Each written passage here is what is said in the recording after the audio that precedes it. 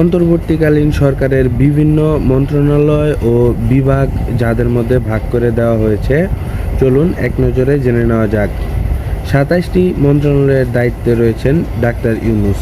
এইগুলো হলো: ১. মন্ত্রিপরিষদ বিভাগ, ২. প্রতিরক্ষা বিভাগ মন্ত্রণালয়, ৩. সশস্ত্র বাহিনী বিভাগ, ৪. শিক্ষা মন্ত্রণালয়, ৫. সড়ক পরিবহন ও সেতু মন্ত্রণালয়, ৬. খাদ্য মন্ত্রণালয়, ৭. গৃহায়ন ও গণপূর্ত মন্ত্রণালয়, ৮. ভূমি মন্ত্রণালয়, ৯. বস্ত্র ও পাট মন্ত্রণালয়, ১০. কৃষি মন্ত্রণালয়, ১১. বিজ্ঞান ও প্রযুক্তি মন্ত্রণালয়, ১২. রেলপথ মন্ত্রণালয়, ১৩. জনপ্রশাসন মন্ত্রণালয়, ১৪. বিদ্যুৎ, জ্বালানি ও খনিজ সম্পদ মন্ত্রণালয়, ১৫. নৌপরিবহন মন্ত্রণালয়, ১৬.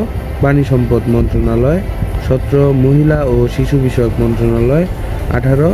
দুর্যোগ ব্যবস্থাপনা ও ত্রাণ মন্ত্রণালয়, ১৯. তথ্য ও যোগাযোগ সম্প্রচার মন্ত্রণালয়, ২০.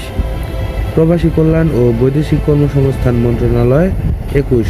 বাণিজ্যিক মন্ত্রণালয়, ২২. শ্রম ও কর্মসংস্থান মন্ত্রণালয়, ২৩. সাংস্কৃতিক বিষয়ক মন্ত্রণালয়, ২৪.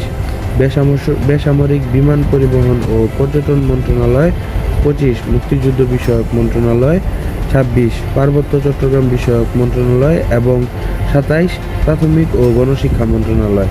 এছাড়াও আসিফ মাহমুদ সজীব ভুঁইয়া যুব ও ক্রীড়া মন্ত্রণালয়ের দায়িত্বে রয়েছেন, নূরজাহান বেগম স্বাস্থ্য ও পরিবার কল্যাণ মন্ত্রণালয়ের দায়িত্বে রয়েছেন, AFM খালিদ হোসেন ধর্ম বিষয়ক মন্ত্রণালয়, ফরিদা ইয়াসমিন মৎস্য ও প্রাণী সম্পদ মন্ত্রণালয়, AM সাখাওয়াত হোসেন স্বরাষ্ট্র মন্ত্রণালয়, শারমিন মুর্শিদ সমাজ কল্যাণ মন্ত্রণালয়, মোহাম্মদ তৌহিদ হোসেন পররাষ্ট্র মন্ত্রণালয়, সৈয়দা রিজওয়ানা হাসান পরিবেশ, বন ও জলবায়ু পরিবর্তন মন্ত্রণালয়, হাসান আরিফ স্থানীয় সরকার, পল্লী উন্নয়ন ও সমবায় মন্ত্রণালয়, আদিলুর রহমান খান শিল্প মন্ত্রণালয়, ডাক্তার আসিফ নজরুল আইন, বিচার ও সংসদ বিষয়ক মন্ত্রণালয়, সালেউদ্দিন আহমেদ অর্থ ও পরিকল্পনা মন্ত্রণালয় এবং ডাক ও টেলিযোগাযোগ মন্ত্রণালয়ের দায়িত্বে রয়েছেন সমন্বয়ক নাহিদ ইসলাম।